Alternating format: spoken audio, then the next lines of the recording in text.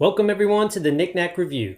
Today we're looking at Loki episode 4, and boy, this was this was an interesting one. Let's get started. Whoa, okay, so this one starts off in Asgard with a young female Loki, and she's just playing like a normal little kid, and then all of a sudden, bam, the TVA comes out of nowhere through a time portal, and they grab her really quick and said, oh, you're a variant, let's go, you don't belong here. They reset the timeline and everything, and turns out it's a younger Ravonna. Although, is she younger at the time, since she works for the TVA and time works differently there? Is she really younger? I don't know how that works there. Anywho, so they take her in, they do the whole spiel like they did to Loki in the first episode.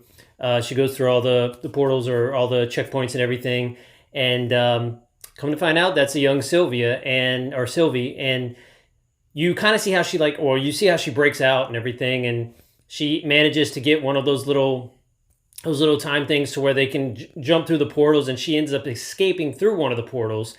And later you find out that she actually survived by jumping through different timelines until she learned how to actually not be detected through going through apocalyptic settings, to where no matter what she did, nothing would happen. There would not be a nexus event. So she was basically flying under the radar the whole time. And after you get a brief little flashback of what happened to her, it cuts right back to the present.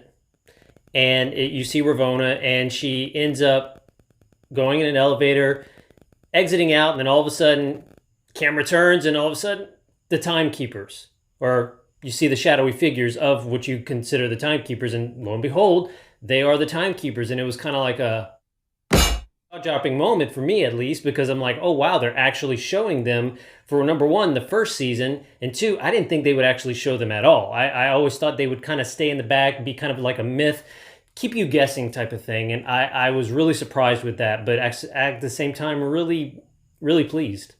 Meanwhile, on that planet that was destined to die, Loki and Loki are just sitting there, and Sylvie kind of fleshes out her backstory a little bit. You kind of hear a little bit about like what you saw in the flashback, but then that's where you learn how she survived. She had a one-on-one with Loki, and you can see Loki in his eyes. He's either falling for her, or he's like admiring her, like, wow, like you are really great, like, wow, you're really impressive. And they just have this nice little moment. You don't really see that many moments like that with Loki. You saw maybe a moment or two with Thor, but it always got changed with him betraying him or some kind of action scene. But this was a nice sentiment moment with another Loki. So it's kind of like he was looking at himself, but in a different way, and it was just a really nice moment. And then all of a sudden a big meteor comes, and then they're like, okay, well, here we go, we're about to die. And then whoop, the portal opens, and they're like, yep, let's go. And they got taken out, and not taken out, taken away. And next thing you know, they're in handcuffs, and they get separated. One goes to a chamber, and Mobius takes Loki in for questioning once again. Mobius wants to get to the bottom of everything, and he begins to question Loki, and Loki kind of just tells him, like, he wants to tell him the truth, but I don't know if he realizes that he could handle the truth in a way. I hate to say it like that, but he actually ends up telling the TVA's lying to you, and Mobius just kind of looks at him and he's like, yeah, okay, put him in the holding cell. Well, you find out that the holding cell is actually a time loop, and it's actually a really cool time loop. He's on Asgard, and he thinks, oh, well, I remember this. This is a memory. And someone comes out. And who comes out? Lady Siff. Yes, Jamie Alexander. That was so cool to see that. I love the fact that she reprised her role in this show. And actually, that was his prison. That was, I'm not going to say his hell, but like just his prison, like that was his torture. It's a memory that he kind of forgot about, but like you just put it in the back of his mind. It wasn't important to him, but it became important to him. And I thought that was really cool just to see how she just kept hitting him just nonstop. And it was just, Tom Hiddleston really made that scene that much better, because he's a funny guy. He can be a serious guy, a dramatic guy. He's very talented all around, but he really made that scene that much better. And every time he got hit, he would flip his hair, and it was just, even something that simple, it just made me laugh, and I thought it was hilarious. So after a while for that time loop, Loki eventually is taken out by Mobius, and they question him again, and he spills the beans on the whole thing, and Mobius kind of like in his face, he wants to believe him yet again. Like you can see him kind of hesitate, but then he just shrugs it off yet again. And he he puts Loki back in the time loop, and he was just like, huh. So you see like a little glimmer of hope, but then it's quickly taken away. And then you kind of wonder like, wow, does Mobius ever believe anything Loki says? And eventually you find out, yeah, he just might. In the other holding cell, you have Sylvie, and you're under the assumption that she was being questioned, but then you have B-15 come in, and ever since her mind got tampered by Sylvie, she cannot get that out of her head. Like, she was confused as to whether what she saw were memories implanted in her head or memories reemerging. And that was really cool, and she was never the same. So she took Sylvie and was like, look, you're coming with me. Takes her back to that disaster in Alabama in 2047, I believe. And it was like, okay, look, can you give me new memories? And she's like, no, I can't do that. I can only enchant and blah, blah, blah. And she's like, okay, well, show me. She does her thing, her enchantment on her, and brings those memories back. And she like starts crying and everything, gets really emotional. And it's like she realizes the truth. Like, oh my gosh, I had a life before this. I'm a variant, and that's what Sylvie said in the previous episode. They're all variants. You're all variants.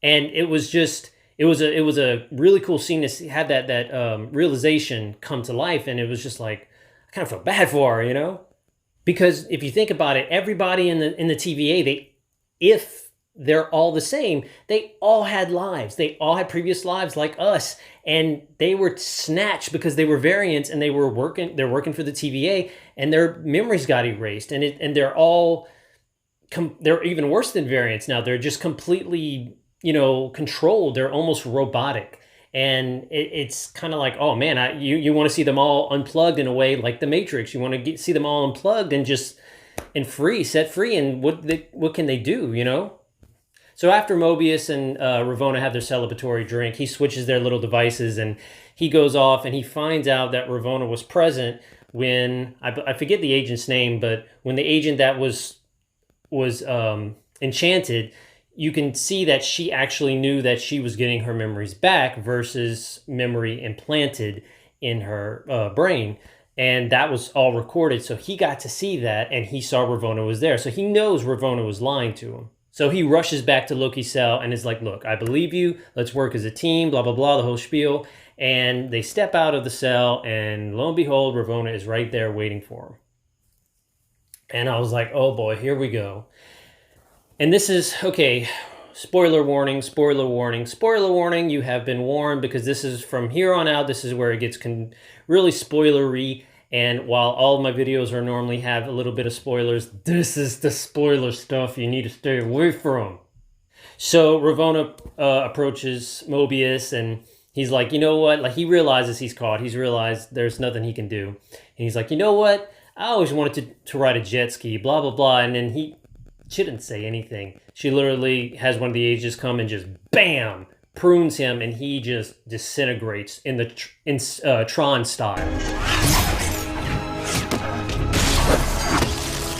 And I was like, are you kidding me? No, why would you do that to his character the first season? There's no freaking way that Owen Wilson is out in the first season. There's no way. Like, I've always kind of had a feeling that when they get pruned, that they don't technically die. They get not necessarily deleted, but like transferred somewhere else, because they get disintegrated in a digital way. You know what I'm saying? Like, it's not like they become ash, like whenever Thanos snapped and everybody turned to ash, and even they came back. But what I'm saying is, I always had the feeling that they weren't dying.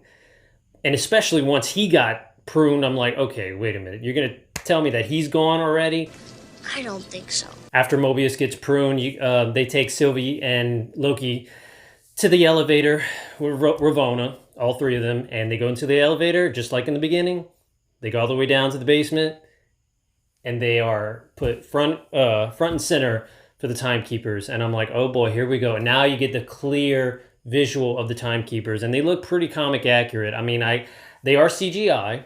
Now, it could have been a little bit of like actual actors doing motion capture, or maybe some prosthetics with CGI, but you could tell the way they moved It was some CGI in there, but hey, they looked great. I thought they did a really good job. They basically realize they're about to die, and before that gets to happen, B-15 makes a surprise entrance and throws a sword at Sylvie, and they all have this big Tron Legacy fight, and it was really entertaining. And after taking down all the agents along with Ravonna, one of the timekeepers says something to Sylvie, and she's like, "Oh yeah," and she just throws that sword right at the timekeeper and cuts the head off. And I'm like, "Oh snap!"